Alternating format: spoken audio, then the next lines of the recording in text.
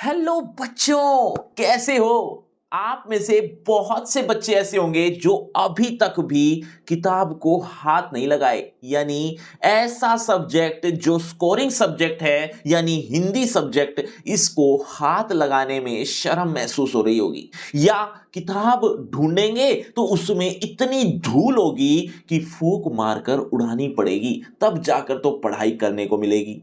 ऐसी स्थिति कई बच्चों के साथ होगी, या कई बच्चे ऐसे होंगे जिन्होंने पढ़ा तो है लेकिन कुछ हद तक ही। मतलब आप अभी भी डामाडोल महसूस कर रहे हो।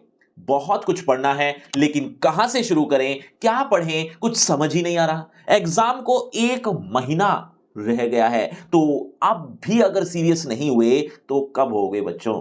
एक महीना बहुत ज्यादा नहीं है। तो बच्चों, आपसे एक रिक्वेस्ट है कि आप पढ़ना शुरू करो। कैसे पढ़ना है, कब पढ़ना है, कितना पढ़ना है, कहां से शुरू करना है, यह सारी बात आज मैं आपको बता रहा हूं। ध्यान से सुनना, बिना किसी देरी के करते हैं शुरू। नमस्ते, मेरा नाम आशीष है। देखो बच्चों, आज थोड़ी मेरी टोन अलग लग रही होगी। कारण एक ही है कि आप में से अभी तक भी काफी बच्चे सीरियस नहीं हुए। उनको सीरियस करने के लिए मैं आपको हाथ जोड़कर रिक्वेस्ट कर रहा हूं कि आप पढ़ना शुरू करें। कहां से पढ़ना है, पहले शुरुआत से देखो कि आपको सबसे पहले तो सिलेबस कंप्लीट करना है। सिलेबस कंप्लीट करने के बाद बस आपकी रिवीजन ही आपका फोकस होनी चाहिए। अब आपके पास कुछ मटेरियल ही नहीं होता है ना, पता ही नहीं होता कि हमारे सिलेबस में है क्या क्या। तो बच्चों, इसके दो तरीके हैं। एक तो सीबीएसई की साइट पर चले जाओ, वहां पर आपको पूरा सिलेबस देखने को मिल जाएगा, या फिर आपको मैं अपने द्वारा लिखा गया सैंपल पेपर दे रहा हूं। आप उस सैंपल पेपर को आप शुरू से लेकर एंड तक देख लेना। वो पूरा सिलेबस भी है, साथ में कुछ एक्स्ट्रा पॉइंट्स भी मिल जाएंगे। एक्स्ट्रा पॉइंट्स का मतलब कुछ ऐसा मटेरियल मिल जाएगा जो आपके एग्जाम के लिए बहुत ज्यादा ही हेल्पफुल होने वाला है। और ये सिर्फ मैं किसी एक क्लास की बात नहीं कर रहा, ये मैं 10th ए और 10th बी दोनों क्लासेस की बात कर रहा हूं। आपके लिए ये सैंपल पेपर मैंने बनाए हैं, उसका कुछ तो फायदा उठा लो। अब आप में से कई बच्चे ऐसे भी होंगे जो 12th क्लास में होंगे, तो उनके लिए भी बता देता हूं। ये मेरे पास 12th क्लास के भी मैं आपके सामने लेकर आया हूं। क्यों? क्योंकि आप में से काफी बच्चे ऐसे 12th वाले भी हैं जिनको कुछ हद तक ही पता है कि हिंदी के सिलेबस में क्या क्या है।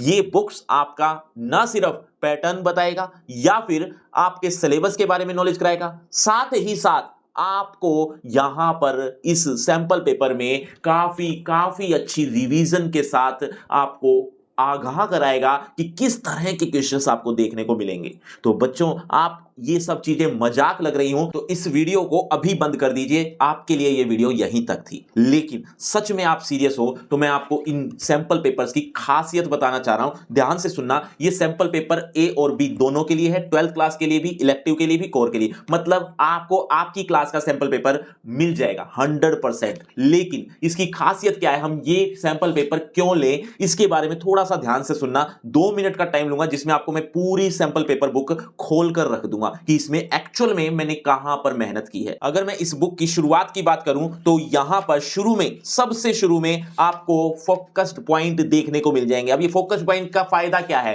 देखो, आप में से कई बच्चे ये भी तक नहीं जानते होंगे कि हमें अपने सिलेबस में कहां पर फोकस करना है। तो ये जो 11 पेजेस हैं, 11 पेजेस भी नहीं है, उससे भी कम पेजेस में आपको यह समझा दिया गया है कि किस किस पॉइंट पर कहां कहां ध्यान रखना है, मतलब किस टॉपिक में किस बात पर फोकस करना है, बस वो आपके लिए कुछ पॉइंटों में रख दिया गया। फॉर एग्जांपल, अगर मैं पद परिचय की बात करूं तो पद परिचय एक व्याकरण का टॉपिक है जो आपके सिलेबस का है। हालांकि ये 10th क्लास का है, मैं ये सिर्फ 10th की बात नहीं कर रहा, मैं 12th की बात कर रहा हूं, 10th बी की बात कर रहा हूं, इलेक्टिव की, सबकी बात कर रहा हूं। इस तरह से आपको फोकस पॉइंट देखने को मिल जाएंगे। मैं बस जस्ट एक एग्जांपल ले रहा हूं आपको बताने के लिए कि मैं पद परिचय व्याकरण के टॉपिक की बात करूं तो यहां पर सिर्फ 5 पॉइंट्स में आप समझ जाओगे कि एक्चुअल में पद परिचय पर कहां फोकस करना है। उससे आपका बेड़ा पार। क्या मैं कहूंगा कि आपके अगर अच्छे नंबर नहीं आए तो कह देना कि सर ने जो बताया बिल्कुल गलत कहा है। और आपके लिए एक इंफॉर्मेशन और भी लेकर आया हूं कि आपके लिए एक T20 सीरीज चला रखी है जिसमें आपके लेवल को जानने के लिए रोज आपसे 20 क्वेश्चंस पूछे जाते हैं, जिससे आपको भी पता चल जाता है कि आपके सिलेबस में आप कितना जानते हो। इवन संडे को आपका एक स्पेशल टेस्ट भी होता है जिससे आप अपने सिलेबस से जुड़े रहते हो, और ये बिल्कुल फ्री है। एनरोल करने के लिए बस इस क्यूआर कोड को स्कैन कर लीजिए या फिर लिंक आपको डिस्क्रिप्शन बॉक्स में मिल जाएगा सबसे ऊपर, वहां से भी जुड़ सकते हो। एक बार एनरोल करके जरूर देख लेना। और फ्री एनरोल करने के लिए कोड मांगे तो मेरा कोड अनलॉक लगा देना। खैर वापस लौटते हैं अपने टॉपिक पर।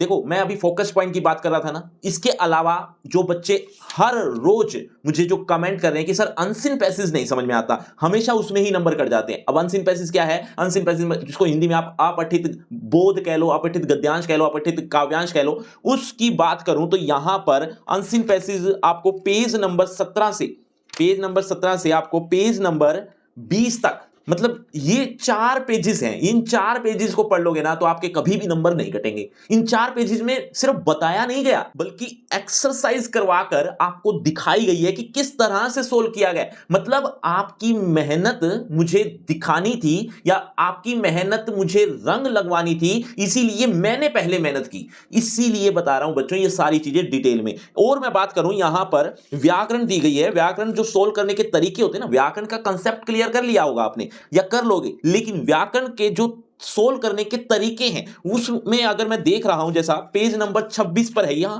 ये पेज नंबर 26 पर आपके लिए पूरी व्याकरण एक कुछ ही सेकंड में सोल्व करके रख दी गई है। सोल्व करने का मतलब कि किस तरीके से आपको लिखना है, किस तरीके से सोल्व करना है, ये पेज नंबर 26 पर आपको देखने को मिल जाएगा। यहां तक कि अगर मैं सबसे इंपॉर्टेंट बात करूं इस पूरी बुक की, इसमें सबसे इंपॉर्टेंट चीज है पेज नंबर 28 से 48। ये पेज नंबर 28 और 48 का, सॉरी 28 से 48 के जो बीच का पेज है उसमें कुछ ट्रिकी क्वेश्चंस दिए गए हैं। और ये ट्रिकी क्वेश्चंस सिर्फ ट्रिकी क्वेश्चंस ही नहीं है, साथ ही साथ आपके मैनेजमेंट का तरीका भी है। मतलब यहां पर कितने क्वेश्चन कितने मिनट में सोल्व होने, ये आपको इस सैंपल पेपर को लेकर समझ में आ जाता है। खैर मैं ये सिर्फ बोल रहा हूं, जब तक आप देखोगे नहीं इस चीज को तब तक आपको विश्वास भी नहीं होगा। तो इसीलिए अब मैं आपको इसको सिर्फ दिखा कर ही बोलता रहूंगा तो कोई फायदा नहीं होगा। लेकिन हां इतना जरूर दिखाना चाहूंगा कि आपके लिए यहां इस सैंपल पेपर में जो ये आंसर शीट मिलेगी ना, आंसर शीट किस तरह की जो सील्ड होगी, ये बिल्कुल वैसा ही फील देती है जो आप एग्जाम टाइम में फील कर रहे होते हो। मतलब एग्जाम टाइम में जो आप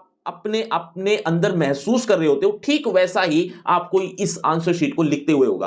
तो कहने का मतलब बोर्ड एग्जाम से पहले ही बोर्ड एग्जाम की तैयारी, अब उससे अच्छी बात क्या होगी। और इसमें सिर्फ सोल्ड सैंपल पेपर ही नहीं है, अनसोल्ड भी मिलेंगे। इसी तरह से ये सिर्फ मैं 10th की बात नहीं कर रहा, 12th की भी बात कर रहा हूं। तो बच्चों देर मत करो, मेरे बोलने से पहले ही ये चीजें हो जानी चाहिए थी, क्योंकि ये बात मैंने पहले भी बोली गई थी। तो जिसने खास तौर पे कुछ नहीं पढ़ा, जो थोड़ा बहुत पढ़ पाया, ये उनके लिए तो रामबाण है ही। लेकिन अगर आप रिवीजन करना चाहते हो, काफी अच्छा सिलेबस कर लिया है, रिवीजन भी हो गई है, लेकिन आप आउटस्टैंडिंग रिवीजन करना चाहते हो तो उसके लिए तो बच्चों आपको लिंक दे दिया गया है डिस्क्रिप्शन बॉक्स में इस सैंपल पेपर का। तो एक बार अपनी अपनी क्लास के सैंपल पेपर जरूर देख लेना, फिर मुझे फीडबैक जरूर देना, उसके लिए मैं इंतजार कर रहा हूं।